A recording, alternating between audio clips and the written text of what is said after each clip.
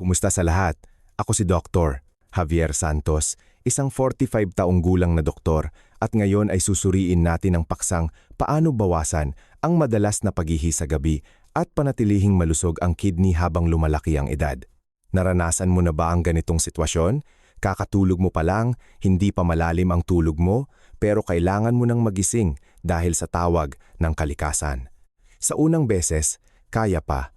Pero pagdating ng pangalawa, pangatlo, may gabi na hindi pa lumilipas ang 30 minuto mula nang humiga ka, kailangan mo na namang bumangon at pumunta sa banyo.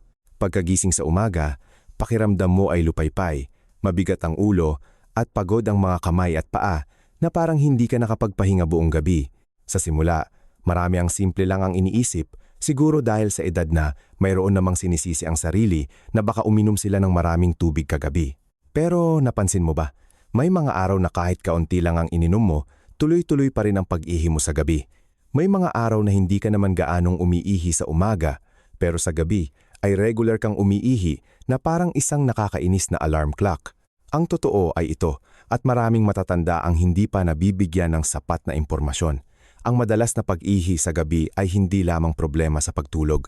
Madalas itong maagang senyales na unti-unting humihina ang paggana ng bato ng tahimik, araw-araw, walang sakit, walang lagnat, at walang malinaw na sintomas. Ngunit ang mga kahihinatnan nito ay malinaw mong nararamdaman. Hindi malalim na tulog, madaling pagkapagod, paghina ng pag-iisip, at pagkalito sa pang-araw-araw na gawain. Ang pinaka-nakababahala para sa akin ay marami sa inyo ang nag-iisip na, ay, ganyan talaga. Pag matanda na, kailangan lang tiisin. Ngunit hindi ito laging ganoon. Sa video na ito ngayon, ibabahagi ko sa inyo ang 6 na napakapamilyar na pagkain. Kung kakainin ng tama, makakatulong ito upang mas madali ang paggana ng bato, unti-unting mabawasan ang pag-ihi sa gabi, at ang pinakamahalaga, mas maging kumpleto ang tulog kahit na sa pagtanda. Mangyaring manatili hanggang sa huli, dahil ang pagkain numero 1 ay isang bagay na ginagamit ng maraming tao araw-araw, ngunit hindi pa nila nagagamit ng tama para sa kanilang bato.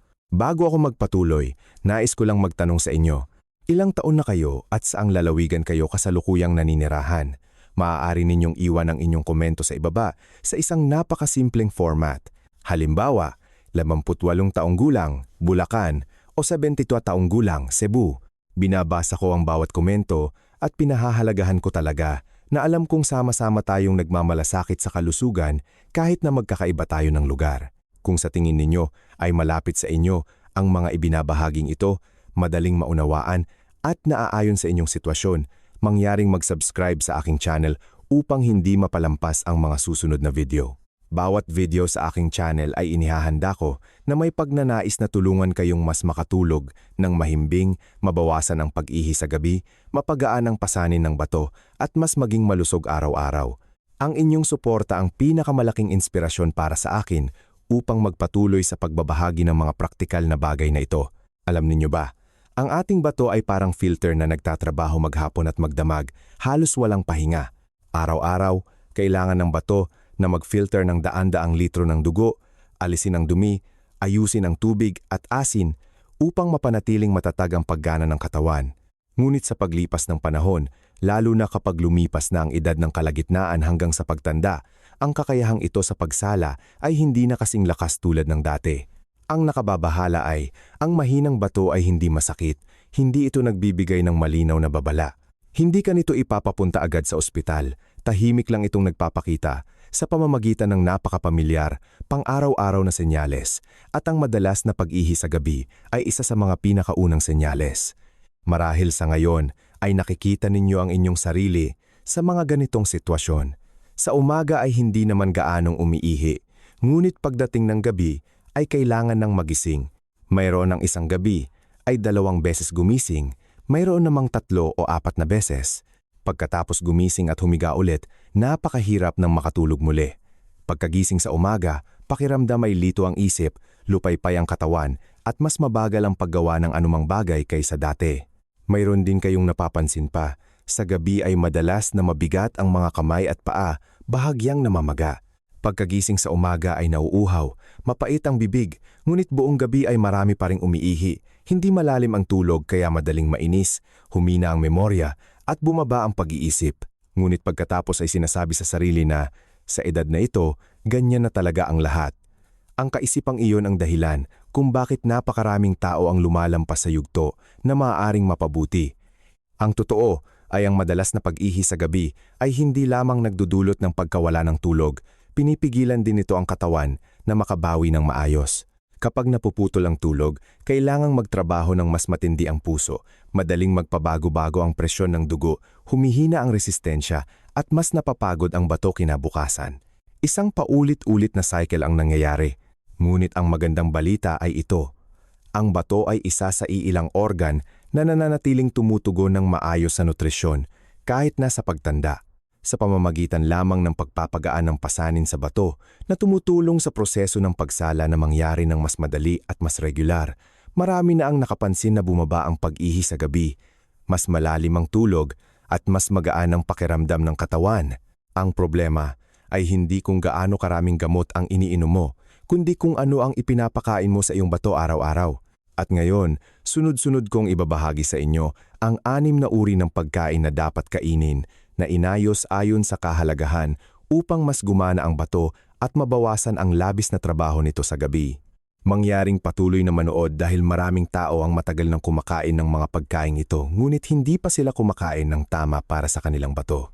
6. Kalabasa. Ang unang pagkain na nais kong ibahagi sa inyo at siya ring pang-6 sa listahan ngayong araw ay ang kalabasa. Ito ay isang napakapamilyar na pagkain, madaling bilhin, ngunit madalas ay pinababayaan pagdating sa kalusugan ng bato at sa problema ng pag-ihi sa gabi sa mga matatanda. Alam ninyo ba, para sa mga matatanda, hindi kailangan ng bato na magtrabaho ng malakas, kundi kailangan nito na magtrabaho ng maayos at regular. Maraming tao ang maling akala na kailangan nilang kumain ng masustansya ng maraming protina para lumakas ang kanilang bato. Ngunit sa totoo lang, ang mahinang bato ay natatakot sa mga bagay na nagpapahirap dito, lalo na sa gabi. At ang kalabasa ay isa sa mga pagkaing makakatulong na mapakalma ang aktibidad ng bato, lalo na sa gabi. Ang kalabasa ay may mga katangian na napakaangkop sa bato ng mga matatanda. Una, ang kalabasa ay hindi gaanong nagdudulot ng pasanin sa pagsala. Kapag kinain, madali itong sinisipsip ng katawan, hindi pinipilit ang bato na gumawa ng labis na dami ng dumi o komplikadong metabolikong produkto.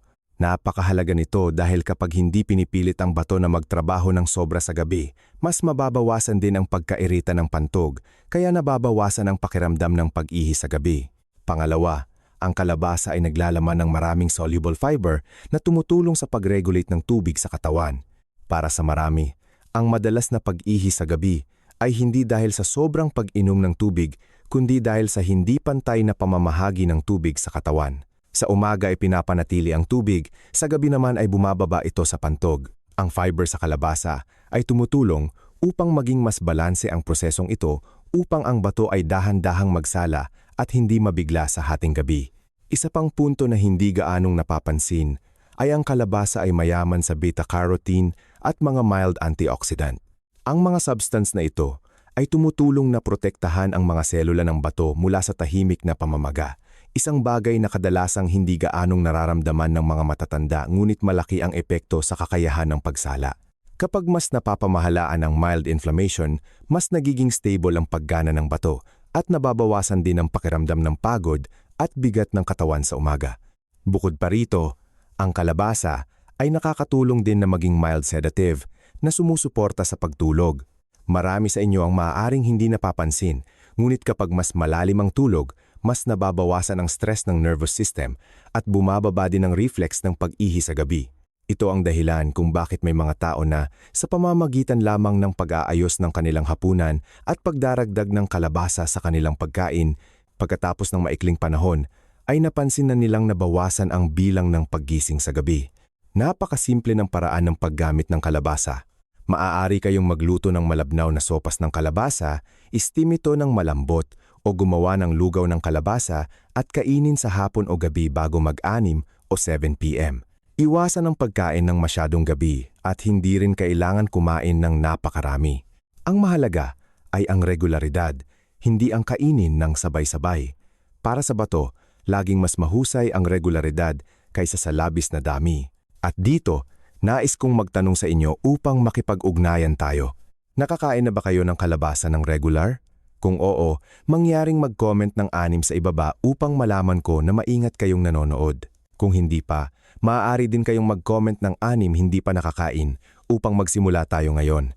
Susunod, ibabahagi ko ang pagkain numero 5 na isang bagay na kinakain ng maraming matatanda araw-araw ngunit kumakain sila sa maling oras na nagpapahirap sa bato sa gabi. Mangyaring huwag palampasin ang susunod na bahagi. Oatmeal. Ang susunod na pagkain na nasa posisyong numero 5 ay ang oatmeal. Ito ay isang napakapamilyar na cereal. Kinakain ng maraming matatanda araw-araw, ngunit hindi pa nila nakakain ng tama para sa kanilang bato, lalo na para sa mga madalas umiihi sa gabi. Alam ninyo ba? Isa sa mga dahilan kung bakit madalas mangyari ang pag-ihi sa gabi ay dahil hindi regular ang pagsala ng bato sa buong araw. Sa umaga, dahil sa irregular na pagkain, ang blood sugar ay pabago-bago at ang katawan ay hindi stable sa pagpapanatili ng tubig. Pagdating ng gabi, kapag humiga, ang tubig na ito ay bababa sa pantog na nagiging sanhi upang gumising ka at umihi ng maraming beses. At ang oatmeal ay isang pagkain na tumutulong na patatagin ang prosesong ito ng napakadali. Ang oatmeal ay naglalaman ng maraming soluble fiber, lalo na ang beta-glucan. Ang fiber na ito ay tumutulong na pabagalin ang proseso ng pagsipsip ng pagkain na tumutulong upang maging mas stable ang blood sugar sa loob ng maraming oras. Kapag hindi pa bago-bago ang blood sugar, hindi rin napipilitan ang bato na magsala ng mabilis.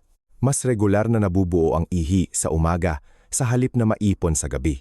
Ito ang pangunahing punto na hindi gaanong napapansin ng marami. Bukod pa rito, ang oatmeal ay may malamig na katangian, madaling matunaw at hindi nagbibigay ng pasanin sa bato. Para sa mga matatanda, ayaw ng bato sa mga pagkaing masyadong maalat, masyadong mataas sa protina o masyadong maraming mantika. Ang mga ganitong uri ng pagkain ay nagpapahirap sa bato, lalo na sa gabi. Sa kabilang banda, ang isang malabnaw na lugaw ng oatmeal na kinain sa tamang oras ay tumutulong upang gumaan ang pakiramdam ng katawan, mas tahimik ang paggana ng bato at nababawasan ang pagkairita ng pantog sa gabi. Isa pang benepisyo ng oatmeal ay ang kakayahan nitong magpanatili ng tubig sa bituka sa halip na pabayaan itong bumaba ng mabilis sa pantog. Nakakatulong ito upang maiwasan ang pakiramdam ng pag-ihi agad pagkahiga o ang paggising kaagad pagkatapos matulog. Para sa marami, sa pamamagitan lamang ng pagpapalit ng kanilang almusal o merienda sa hapon ng oatmeal sa tamang paraan, ang bilang ng paggising sa gabi ay kapansin-pansing nabawasan. Gayunpaman, kailangan ko ring bigyang diin ang isang napakahalagang bagay. Ang oatmeal ay mabuti para sa bato, ngunit kung kakainin sa maling oras ay magiging kontraproduktibo. Marami ang may ugali na kumain ng oatmeal sa hating gabi o kahit bago matulog na iniisip na ito ay magaan na pagkain at madaling matunaw.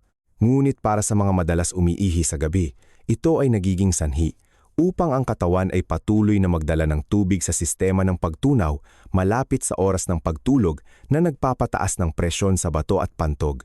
Sa makatuwid, ang pinakamahusay na oras upang kumain ng oatmeal ay sa umaga o maagang hapon, iwasan ang pagkain pagkatapos ng 7 p.m. Napakasimple ng paraan ng paggamit ng oatmeal. Maaari kayong magluto ng malabnaw na oatmeal na may tubig na sinamahan ng kaunting kalabasa, monggo o ilang manipis na hiwa ng luya para mas madaling matunaw. Hindi kailangan ng asukal, hindi kailangan ng condensed milk, mas simple, mas kaunting trabaho para sa bato. At ngayon, nais kong magtanong sa inyo upang makipag-ugnayan tayo. Kumakain ba kayo ng oatmeal ng regular? Kung oo, mangyaring mag-comment ng 5 sa ibaba upang malaman ko na maingat kayong nanonood. Kung dati kayong kumakain ngunit kinakain ninyo sa gabi o hindi regular, maaari kayong mag-comment ng 5 hindi pa kumakain ng tama upang sabay nating ayusin ito para mas maging mabuti para sa bato.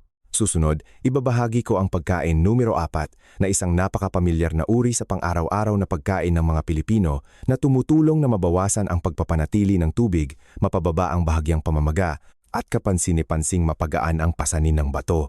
Mangyaring patuloy na manood. 4. Monggo.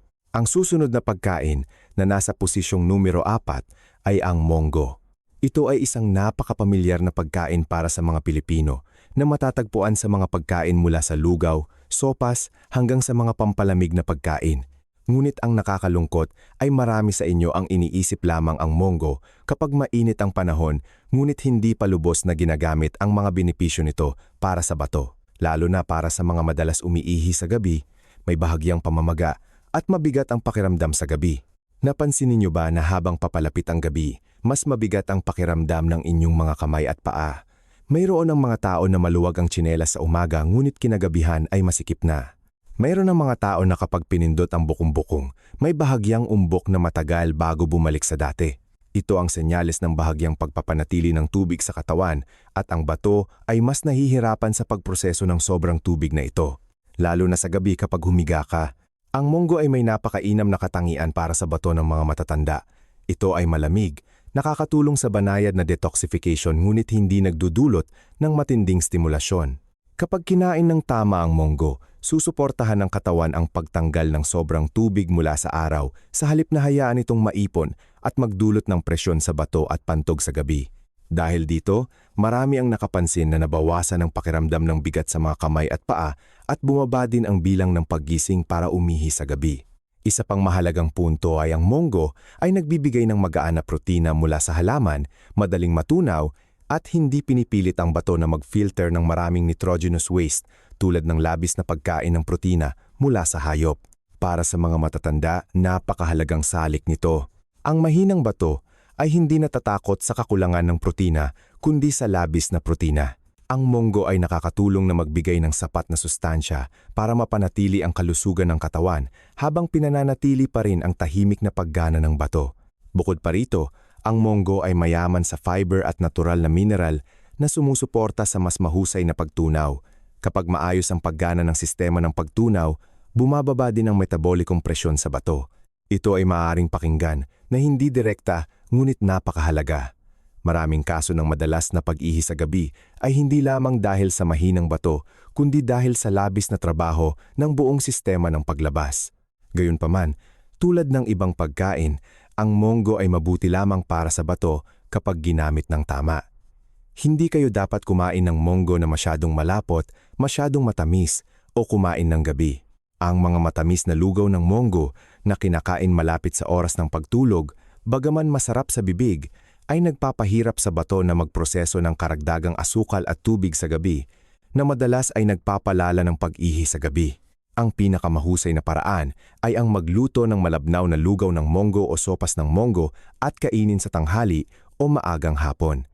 Ilang beses lang sa isang linggo ang kailangan, hindi kailangan araw-araw.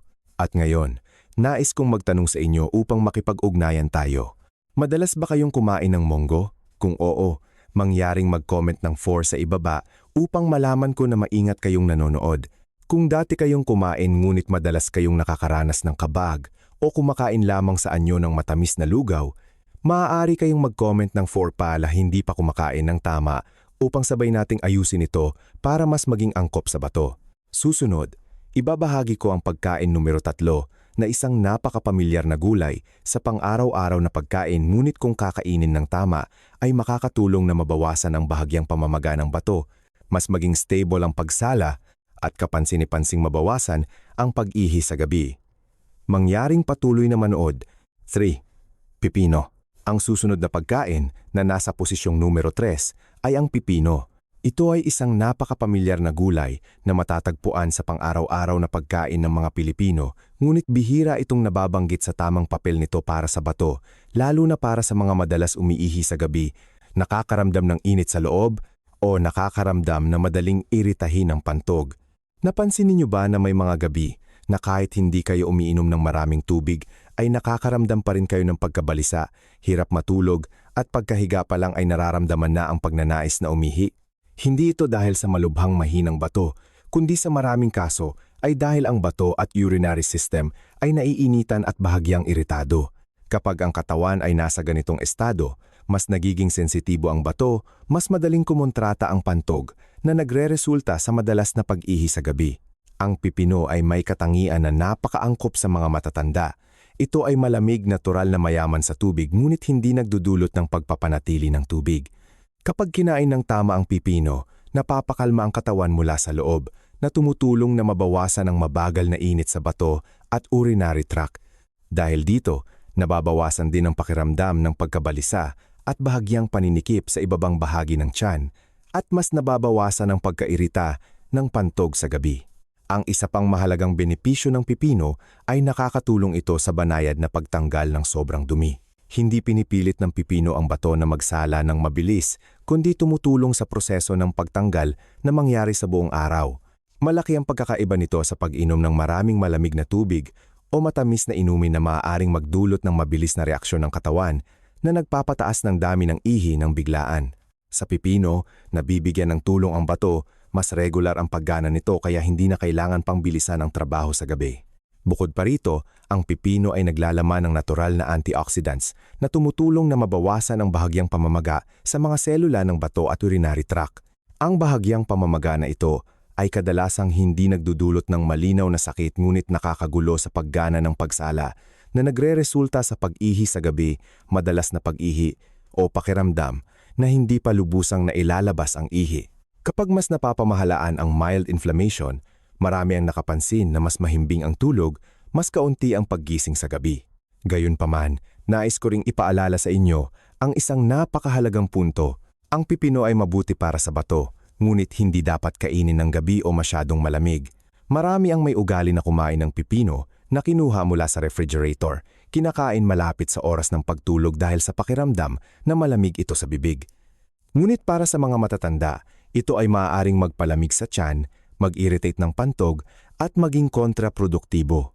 Ang pinakamahusay na paraan ay ang kumain ng pipino sa araw o maagang hapon.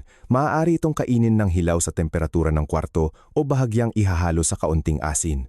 Hindi kailangan kumain ng marami, kailangan lamang ng regularidad ng ilang beses sa isang linggo. Maaari rin kayong gumamit ng pipino sa pagluluto ng malabnaw na sopas o kainin bilang bahagi ng pangunahing pagkain upang sabay na suportahan ang pagtunaw at bato.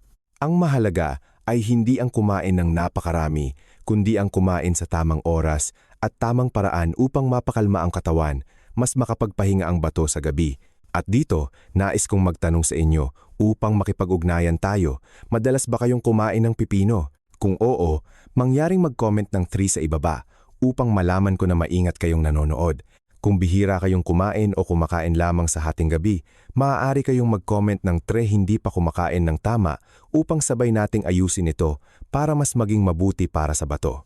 Susunod, ibabahagi ko ang pagkain numero 2 na isang napakapamilyar na uri sa kusina na tumutulong na protektahan ang mga selula ng bato, mabawasan ang tahimik na pamamaga at sumusuporta sa mas matatag na pagsala sa paglipas ng panahon. Mangyaring patuloy na manood. Are. Isda, steamed, nilaga. Ang pagkain na nasa posisyong numero 2 ngayon ay isang napakapamilyar na ulam sa hapagkainan ng pamilyang Pilipino. Ito ay ang isda, lalo na ang isdang steamed o nilaga ng bahagya. Marami sa inyo ang kumakain ng isda ng regular, ngunit hindi pa nila nakakain ng tama para sa kanilang bato, lalo na kapag matanda na at madalas umiihi sa gabi. Alam ninyo ba, hindi lang tubig ang kailangan salain ng bato, kundi pati na rin ang maraming dumi na nagmumula sa protina. Kapag kumakain tayo ng sobrang dami ng pulang karne o kumakain ng mga pritong pagkain, maaalat na pagkain, mas maghihirap ang bato sa pagtanggal ng mga produkto ng metabolismo. Sa paglipas ng panahon, madali itong magdulot ng bahagyang pamamaga sa mga selula ng bato, isang uri ng tahimik na pamamaga na hindi nagdudulot ng malinaw na sakit, ngunit unti-unting nagpapahina sa kakayahan ng pagsala. Ang isda, lalo na ang isdang niluto sa simpleng paraan tulad ng steamed, nilaga o inihaw ng bahagya, ay iba. Ang protina mula sa isda ay madaling matunaw at mas kaunti ang pasanin na ibinibigay nito sa bato kumpara sa maraming uri ng karne. Kapag kinain ng tama ang isda, nakakakuha pa rin ng sapat na nutrisyon ang katawan upang mapanatili ang kalusugan, ngunit hindi pinipilit ang bato na magtrabaho ng sobra, lalo na sa gabi. Isa pang napakahalagang benepisyo ng isda ay naglalaman ito ng natural na mabubuting taba na tumutulong na mabawasan ang tahimik na pamamaga sa katawan, kabilang na ang bahagyang pamamaga sa bato. Kapag mas napapamahalaan ang pamamaga, mas nagiging stable ang paggana ng mga selula ng bato at mas nagiging regular ang proseso ng pagsala sa buong araw. Dahil dito, marami ang nakapansin na unti-unting nababawasan ang pag-ihi sa gabi, hindi na nararamdaman ang tuloy-tuloy na pagkairita ng pantog tulad ng dati. Bukod pa rito, Ang isda ay sumusuporta sa sirkulasyon ng dugo na tumutulong upang mas maayos ang daloy ng dugo sa bato. Kapag sapat ang nutrisyon ng bato, mas nagiging matatag din ang kakayahan nito sa pagsala sa paglipas ng panahon. Napakahalagang salik nito para sa mga matatanda dahil hindi kailangan ng bato na magtrabaho ng malakas kundi kailangan nitong magtrabaho ng regular at pangmatagalan. Gayunpaman, kailangan kong bigyang diin ang isang bagay na madalas nagagawa ng marami. Ang isda ay mabuti lamang para sa bato kung niluto ng tama. Ang mga piniritong isda, maalat na isda o isdang may maraming toyo, bagaman masarap, ay nagpapahirap sa bato na magproseso ng maraming asin at mantika. Hindi lamang ito hindi nakakatulong na mabawasan ang pag-ihi sa gabi, kundi maaari pang magpalala ng sitwasyon. Para sa mga madalas umiihi sa gabi, pinakamainam na pumili ng steamed na isda, nilagang isda o inihaw na isda ng bahagya. Kainin sa umaga o maagang hapunan, iwasan ang pagkain ng masyadong gabi. Sa isang linggo, kailangan lamang kumain ng isda ng 2 o 3 beses, hindi kailangan araw-araw. Ang mahalaga ay ang regularidad at kagandahan upang magkaroon ng oras ang bato na umangkop at makabawi. Kapag sinamahan ng isda ng mga sariwang pagkain tulad ng nilagang gulay o malabnaw na sopas, mas magaan ang pakiramdam ng katawan, lalo na sa gabi. At dito, nais kong magtanong sa inyo upang makipag-ugnayan tayo. Madalas ba kayong kumain ng isda? Kung oo, mangyaring mag-comment ng 2 sa ibaba upang malaman ko na maingat kayong nanonood.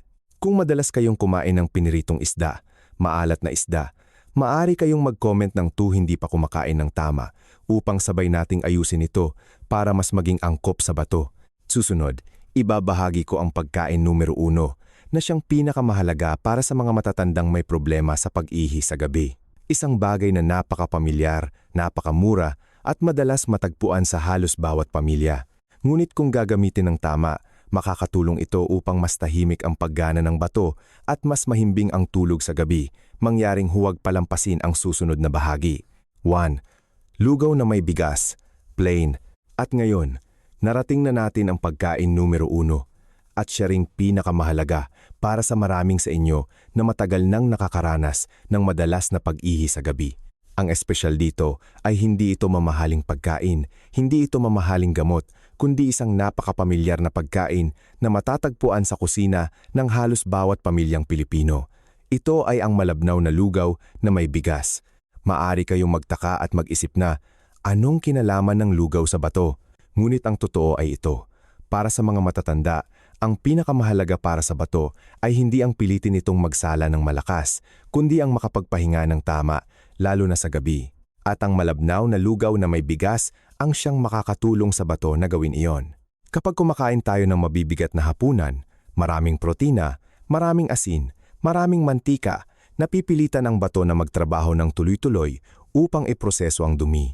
Ang resulta ay, sa gabi, kahit na nakapahinga na ang katawan, ang bato ay patuloy na nagtatrabaho ng overtime, mas maraming ihi ang nabubuo, nagiging iritado ang pantog na nagiging sanhi upang gumising ka at umihi ng paulit-ulit. Ang plain rice porridge naman ay kabaligtaran. Madali itong matunaw, magaan sa tiyan at hindi nagbubunga ng maraming metabolikong dumi na kapansin-pansing nagpapagaan sa pasanin ng bato sa pagsala. Isa pang napakahalagang punto ay ang plain rice porridge ay nakakatulong na patatagin ang gastrointestinal nervous system. Kapag magaan ang tiyan, maayos ang pagtunaw, mas nagiging aktibo ang parasympathetic nervous system, mas madali ang pagtulog ng malalim, at kapag malalim ang tulog, bumababa din ang reflex ng pag-ihi sa gabi. Marami sa inyo, sa pamamagitan lamang ng pagpapalit ng hapunan ng isang tasang malabnaw na lugaw na may bigas, kinain ng maaga bago mag-6 o 7 p.m., ay nakapansin na ng mas tahimik na tulog sa gabi at mas kaunti ang paggising.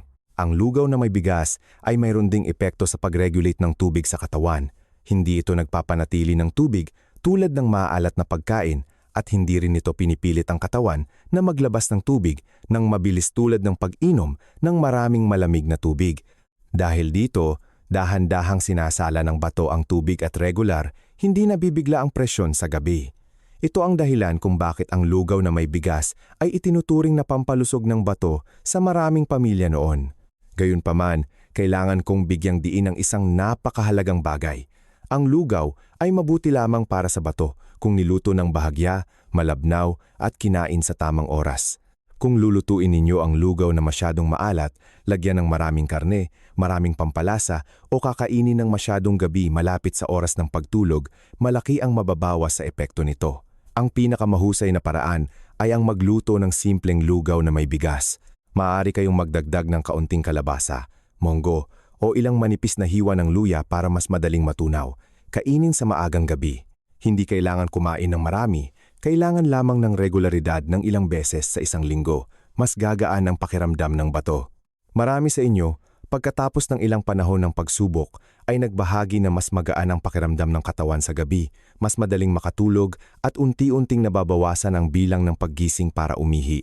Hindi ito agad nawawala sa isang gabi, ngunit ang katawan ay nasa tamang direksyon. At dito, nais kong magtanong sa inyo upang makipag-ugnayan sa huli. Madalas ba kayong kumain ng lugaw na may bigas?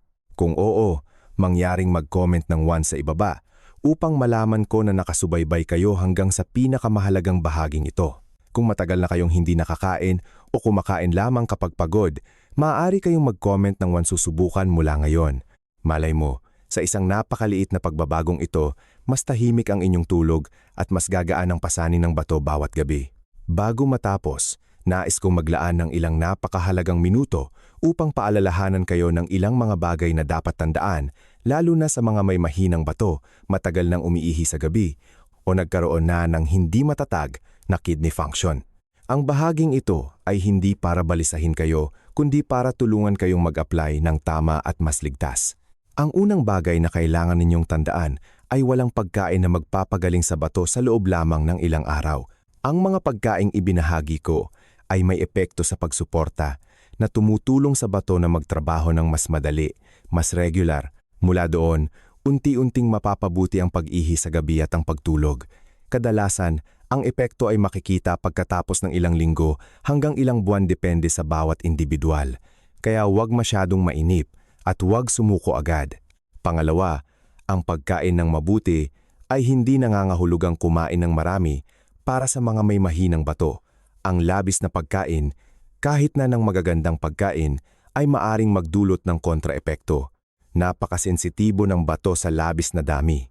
Dapat lamang kayong kumain ng sapat, regular, hindi dapat sabay-sabay, at hindi dapat pilitin ang sarili na kainin ang lahat ng 6 na uri araw-araw.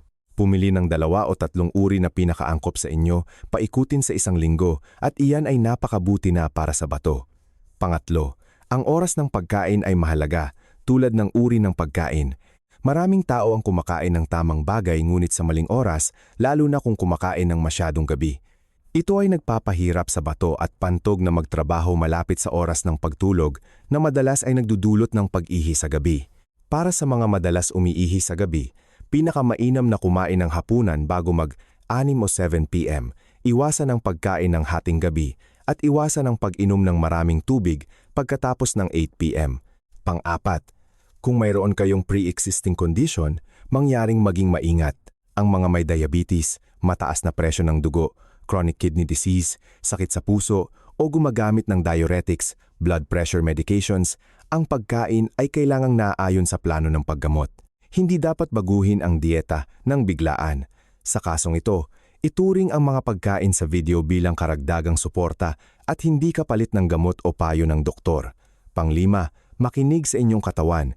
Kung sa proseso ng pag-apply ay nakakaramdam kayo ng kabag, hirap matunaw, mas pagod o abnormal na pagbabago sa pag-ihi, dapat bawasan ang dami, baguhin ang oras ng pagkain o pansamantalang ihinto. Iba-iba ang reaksyon ng bawat katawan at ang bato ay kailangang alagaan sa paraang naaayon sa bawat individual, hindi lahat ay pareho. Sa huli, nais kong bigyang diin ang isang napakahalagang bagay. Ang pagkain ay isa lamang bahagi ng mas malaking larawan. Upang mas lumakas ang bato at mabawasan ang pag-ihi sa gabi, dapat din kayong matulog sa tamang oras. Iwasan ang maalat, mag-ehersisyo ng banayad araw-araw, panatilihing kalmado ang isip at iwasan ang labis na pagkabalisa. Kapag tama ang pagkain, regular ang pamumuhay at unti-unting nagtitiyaga, unti-unting gagaan ang pakiramdam ng bato at mapapabuti din ang tulog sa paglipas ng panahon. Mga mahal kong kaibigan, narating na natin ang 6 na napakapamilyar na pagkain. Ngunit kung kakainin ng tama, ay makakatulong upang mas madali ang paggana ng bato at kapansin-pansing mabawasan ang pag-ihi sa gabi sa paglipas ng panahon. Napag-usapan natin ang tungkol sa kalabasan na nakakatulong na mapakalma ang bato sa gabi, ang oatmeal na nakakatulong na regular ang pagsala ng bato sa umaga, hindi nagbibigay ng labis na trabaho sa gabi. Ang monggo na sumusuporta sa pagbabawas ng pagpapanatili ng tubig, nababawasan ang pamamaga at mas gagaan ang pakiramdam ng katawan.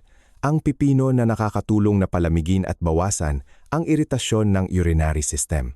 Ang steamed, nilagang isda, na nagpoprotekta sa mga selula ng bato na tumutulong sa bato na magtrabaho ng mas matatag at sa huli, ang plain rice porridge.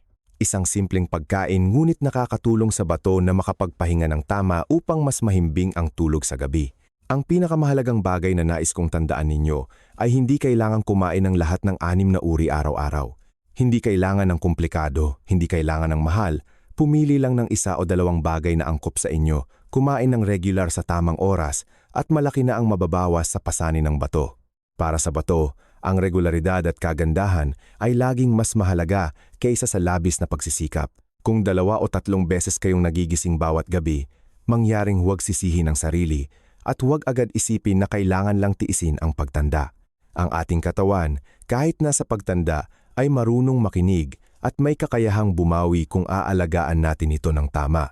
Sa pamamagitan lamang ng isang mas magaan na hapunan, isang mas angkop na pagkain, isang maliit na pagbabago sa ugali, malaki na ang pagbabago sa tulog. Umaasa ako na pagkatapos ng video na ito, magsisimula kayo sa isang napakaliit na bagay. Siguro ngayong gabi ay magluluto ng isang tasang malabnaw na lugaw na may bigas. Siguro bukas ay magdadagdag ng kalabasa o oatmeal sa pagkain. Hindi kailangan gawin ang lahat ng sabay-sabay, kailangan lang magsimula. Kung nakita ninyong kapaki-pakinabang ang video na ito, mangyaring mag-subscribe sa aking channel upang sumama sa akin sa mga susunod na video.